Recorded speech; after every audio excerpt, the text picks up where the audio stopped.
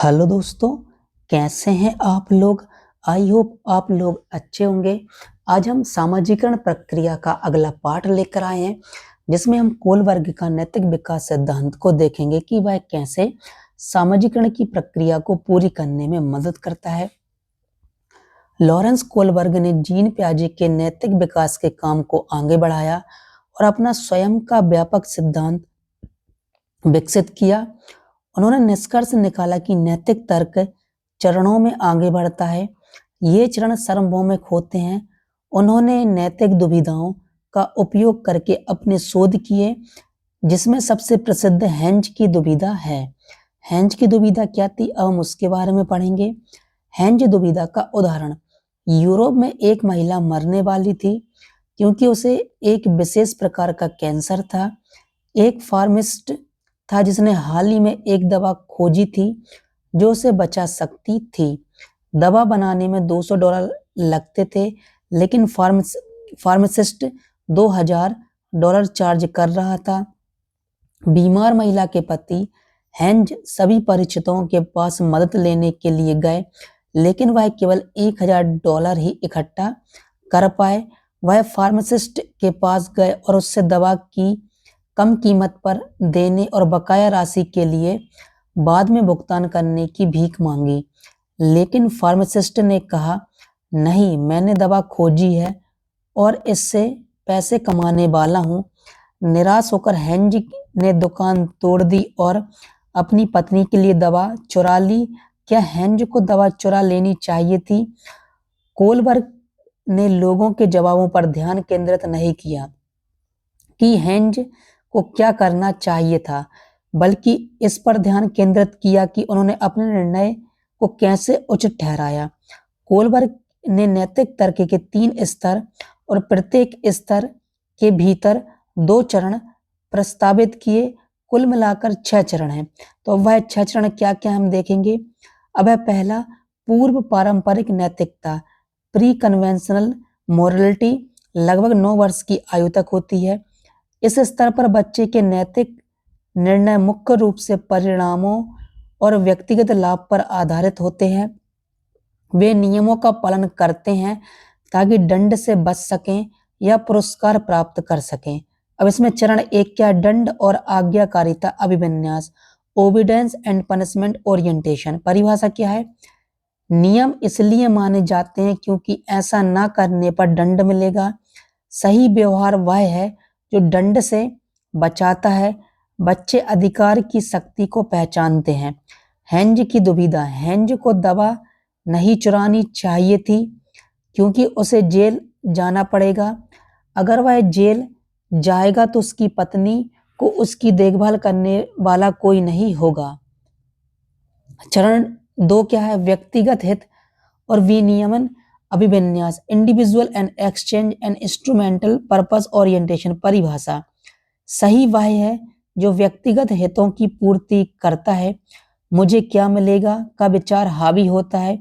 यह एक तुम मेरी पीठ खुजलाओ मैं तुम्हारी खुजलाऊंगा वाला दृष्टिकोण होता है, यानी आप मुझे चॉकलेट देंगे तो मैं आपको चॉकलेट दूंगा।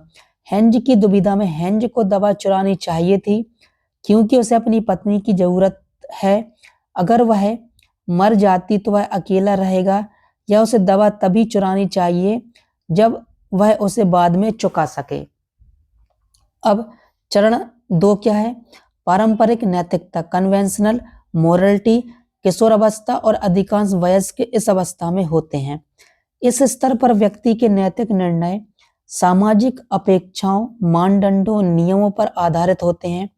वे समाज का एक अच्छा सदस्य बनने, कानून का पालन करने पर ध्यान केंद्रित करते हैं। चरण 3 क्या है, अच्छा लड़का और अच्छी लड़की अभिविन्यास, good interpersonal relationship, good boy good girl orientation. परिभाषा क्या है, व्यक्ति दूसरों की स्वीकृति प्राप्त करने और अस्वीकृति से बचने के लिए नियमों का पालन करते हैं। वे अच्छा बनने या दूसरों की अपेक्षाओं पर खरा उतरने की कोशिश करते हैं। हेंज की दुविधा में उसे दवा चुरानी चाहिए थी क्योंकि एक अच्छा पति ऐसा ही करेगा। उसे दवा नहीं चुरानी चाहिए थी क्योंकि लोग उसे चोर समझेंगे।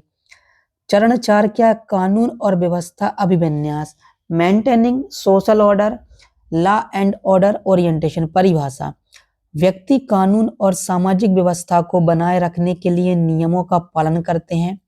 वे कर्तव्य, कानून और अधिकार का सम्मान करते हैं। हेंज की दुविधा में उसे दवा नहीं चुरानी चाहिए थी, क्योंकि कानून तोड़ना गलत है। अगर हर कोई अपनी जरूरत के हिसाब से कानून तोड़ने लगे तो समाज में अराजकता आ जाएगी। अब चरण 3 क्या है देखिए। चरण 3 है उत्तर पारंपरिक नैतिकता, पोस्ट कन्वेंशनल मोरलिटी। कुछ वयस्क या हर कोई इस स्तर तक नहीं पहुंच पाता, यह सबसे ऊंचा स्तर होता है। इस स्तर पर व्यक्ति के नैतिक निर्णय सार्वभौमिक नैतिक सिद्धांतों और व्यक्तिगत अंतरात्मा पर आधारित होते हैं, भले ही वे मौजूदा कानून के खिलाफ हों। चरण 5 क्या है इसमें? सामाजिक अनुबंध और व्यक्तिगत अधिकार अभिविन्यास, सोशल कॉन्ट्रैक्ट और इंडिविजुअल राइट्स। परिभाषा: व्यक्ति समझते हैं कि कानून सामाजिक अनुबंध है जो समाज के कल्याण के लिए बनाए गए हैं और उन्हें बदला जा सकता है। वे व्यक्तिगत अधिकारों और लोकतंत्र के मूल्यों को महत्व देते हैं। हेंज की दुविधा में हेंज को दवा चुरानी चाहिए थी, क्योंकि जीवन का अधिकार संपत्ति के अधिकार से अधिक महत्वपूर्ण है। कानून न्याय की रक्षा के लिए होते हैं, लेकिन इस मामले में कानून अन्यायपूर्ण है। चरण 6वां क्या है? सार्वभौमिक नैतिक सिद्धांत अभिविन्यास, यूनिवर्सल एथिकल प्रिंसिपल्स। क्या है परिभाषा? यह नैतिक विकास का उच्चतम स्तर है। व्यक्ति सार्वभौमिक नैतिक सिद्धांत जैसे न्याय, समानता, मानव गरिमा के आधार पर निर्णय लेते हैं, भले ही वे मौजूदा कानूनों के खिलाफ हों। ये सिद्धांत अमूर्त होते हैं और व्यक्तिगत विवेक द्वारा चुने जाते हैं। हेंज की दुविधा में हेंज को दवा चुरानी चाहिए थी। यह केवल उसकी पत्नी के लिए नहीं है, बल्कि यह मानव जीवन के पवित्रता के सार्वभौमिक सिद्धांत के लिए किया गया एक कार्य है। एक व्यक्ति को हमेशा जीवन बचाने के लिए कार्य करना चाहिए, भले ही इसका मतलब कानून तोड़ना हो। कोलबर्ग ने बाद में कहा कि चरण 6 को अभिनवजन्य रूप से खोजना मुश्किल था, यह अक्सर सैद्धांतिक बना रहता है। और अब हम आगे देखिए कोलबर्ग के सिद्धांत की आलोचनाएं क्यों हुई। लिंग पूर्वाग्रह। कैरल गिलिगन ने आलोचना की कि कोलबर्ग का शोध मुख्य रूप से लड़कों पर आधारित था। गिलिन का तर्क दिया कि लड़कियां और महिलाएं नैतिकता को देखभाल और संबंधों के दृष्टिकोण से देखती हैं, जबकि कोलबर्ग का सिद्धांत न्याय और अधिकारों पर अधिक केंद्रित है। सांस्कृतिक पूर्वाग्रह। सिद्धांत के पश्चिमी संस्कृति केंद्रित होने की आलोचना की गई है। यह सभी संस्कृतियों में सार्वभौमिक रूप से लागू नहीं हो सकता है। नैतिक तर्क बनाम नैतिक व्यवहार। कोलबर्ग ने नैतिक तर्क पर ध्यान केंद्रित किया, लेकिन उन्होंने यह नहीं बताया कि व्यक्ति क्या सोचते हैं, वे वास्तव में क्या करते हैं। नैतिक व्यवहार के बीच हमेशा संबंध नहीं होता है। असतत चरण। आलोचना की गई कि लोग हमेशा एक चरण से दूसरे चरण में क्रमिक रूप से आगे नहीं बढ़ते और विभिन्न स्थितियों में विभिन्न चरणों के नैतिक तर्क का उपयोग नहीं कर सकते हैं। अब इसका क्या उपयोग है शिक्षकों के लिए? शिक्षकों के लिए शिक्षकों को यह समझना चाहिए कि बच्चे नैतिक रूप से कैसे सोचते हैं और उनकी उम्र के अनुसार उनके नैतिक तर्क का स्तर क्या है। नैतिक दुविधा पर चर्चा। कक्षा में नैतिक दुविधा पर चर्चा करने से बच्चों के विभिन्न दृष्टिकोणों से सोचने और अपने नैतिक तर्क कौशल को विकसित करने में मदद मिल सकती है। अब न्याय और निष्पक्षता को बढ़ावा देना। शिक्षकों को कक्षा में न्याय, निष्पक्षता और दूसरों के प्रति सम्मान को बढ़ावा देना चाहिए, जिससे बच्चों को उच्च नैतिक स्तरों तक पहुंचने में मदद मिल सकती है। अब है छात्रों का नैतिक व्यवहार के लिए प्रोत्साहित करना। केवल नियमों का पालन करने के बजाय छात्रों को उनके पीछे कारणों को समझने, नैतिक रूप से कार्य करने के लिए प्रोत्साहित करें। व्यक्तिगत मतभेदों का सम्मान, यह पहचाने कि सभी बच्चे एक ही दर पर नैतिक रूप से विकसित नहीं होते और विभिन्न बच्चों के नैतिक तर्क के स्तर भिन्न हो सकते हैं। मॉडलिंग नैतिक व्यवहार, शिक्षक स्वयं नैतिक व्यवहार के एक शक्तिशाली मॉडल के रूप में कार्य कर सकते हैं। कोलबर्ग का सिद्धांत हमें यह समझने में मदद करता है कि सामाजिकरण की प्रक्रिया में नैतिक विकास कैसे होता है और कैसे बच्चे सामाजिक नियमों और मूल्यों को अपने भीतर आत्मसात करते हैं। अब सामाजिकरण के अन्य महत्वपूर्ण सिद्धांत क्या हैं? पहला है जॉर्ज हर्बर्ट मीड का स्व सिद्धांत, है ना। अब इसमें क्या है, मीड एक समाजशास्त्री थे। उन्होंने स्व यानी सेल्फ के विकास में सामाजिक अंतःक्रिया के महत्व पर जोर दिया। उनका मानना था कि स्व जन्म से नहीं होता बल्कि सामाजिक अंतःक्रिया के माध्यम से विकसित होता है। इसकी मुख्य अवधारणाएं क्या है? स्व का विकास यानी सेल्फ का विकास। मीड के अनुसार स्व का विकास तब होता है जब बच्चा खुद को दूसरे के नजरिए से देखने लगता है। यह दूसरों के साथ बातचीत, विशेष रूप से प्रतीकात्मक अंतःक्रिया, भाषा और हाव भाव के माध्यम से होता है। नाटक मंचन, यह प्रारंभिक बचपन में होता है जहां बच्चे दूसरों की भूमिकाएं निभाते हैं, जैसे माँ बाप, माता, मामा खेलना, डॉक्टर डॉक्टर खेलना। इस चरण में बच्चा एक समय में केवल एक महत्वपूर्ण और दूसरे की भूमिका निभा सकते हैं। वे दूसरों की अपेक्षाओं को समझने लगते हैं, लेकिन यह अभी भी खंडित होता है। खेल का चरण, गेम स्टेज क्या है? बड़े बच्चों में यह चरण तब आता है जब बच्चे कई भूमिकाओं को एक साथ समझने लगते हैं और समूह के नियमों, अपेक्षाओं का पालन करना सीखते हैं। वे सामान्यीकृत अन्य के दृष्टिकोणों को समझने लगते हैं।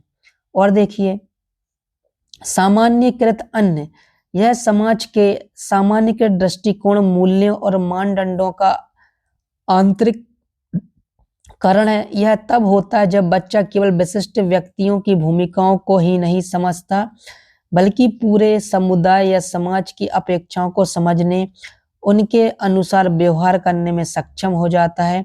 यह व्यक्ति के नैतिक और सामाजिक व्यवहार को नियंत्रित करने वाली आंतरिक आवाज बन जाती है। अब देखिए, मैं यानी फर्स्ट है और मुझे यानी दूसरा है। देखिए, मैं यानी आई, यह स्व का सहज, अप्रत्याशित, रचनात्मक और व्यक्तिगत हिस्सा है। यह व्यक्ति की तात्कालिक प्रक्रिया और नवीनता है। मुझे यानी मी, यह स्व का वह हिस्सा है जो सामाजिक मानदंडों और अपेक्षाओं का आंतरिककरण करता है। यह समाज के सामान्यीकृत अन्य की प्रतिक्रिया को दर्शाता है। यह नियंत्रित, सामाजिक और अनुपालन करने वाला हिस्सा है। इन दोनों के बीच की बातचीत से ही स्व का निरंतर विकास होता है। मैं यानी नई अंतःक्रियाएं शुरू करता है और मुझे यानी सामाजिक प्रतिक्रियाओं के अनुसार उन्हें संशोधित करता है। इसका शिक्षा में क्या योगदान है? देखिए, भूमिका निर्धारण वाले खेल, नाटक, रोल प्लेइंग और समूह खेल बच्चों को दूसरे के दृष्टिकोणों को समझने और सामाजिक भूमिकाओं का अभ्यास करने में मदद करते हैं। समूह कार्य, समूह परियोजनाएं और कक्षा में चर्चाएं बच्चों को सामान्यीकृत अन्य के दृष्टिकोण को समझने और सामाजिक मानदंडों के अनुसार कार्य करने का अवसर देते हैं। अब है सहानुभूति विकास। दूसरों की भूमिकाओं निभाने में बच्चों में समानुभूति और परिक्षेप लेने की क्षमता विकसित होती है। अब दूसरा क्या है? एमाइल दुखर्मी का सामूहिक चेतना का सिद्धांत। दुखर्मी एक प्रमुख समाजशास्त्री थे जिन्होंने समाज की एकजुटता और सामाजिक नियंत्रण में सामाजिकरण की भूमिका पर प्रकाश डाला। उन्होंने सामूहिक चेतना की अवधारणा दी। इसकी मुख्य अवधारणा क्या है? सामूहिक चेतना, यह किसी दिए गए समाज के सदस्यों द्वारा साझा किए गए विश्वासों, विचारों और नैतिक दृष्टिकोणों का एक समूह है। यह समाज के सदस्यों को एक साथ बांधने वाली एक साझा समझ और नैतिक ढांचा है। सामाजिकरण इस सामूहिक चेतना को व्यक्ति में स्थापित करने की प्रक्रिया है। सामाजिक तथ्य। दुखर्मी ने सामाजिक तथ्यों को परिभाषित किया, ऐसे तरीके जो बाहरी होते हैं और व्यक्ति पर बाध्यकारी प्रभाव डालते हैं, जैसे कानून, रीति रिवाज, नैतिक नियम। सामाजिकरण इन सामाजिक तथ्यों को बच्चों को सिखाने का काम करता है। सामाजिक एकजुटता। दुखर्मी ने दो प्रकार की एकजुटता की बात की है।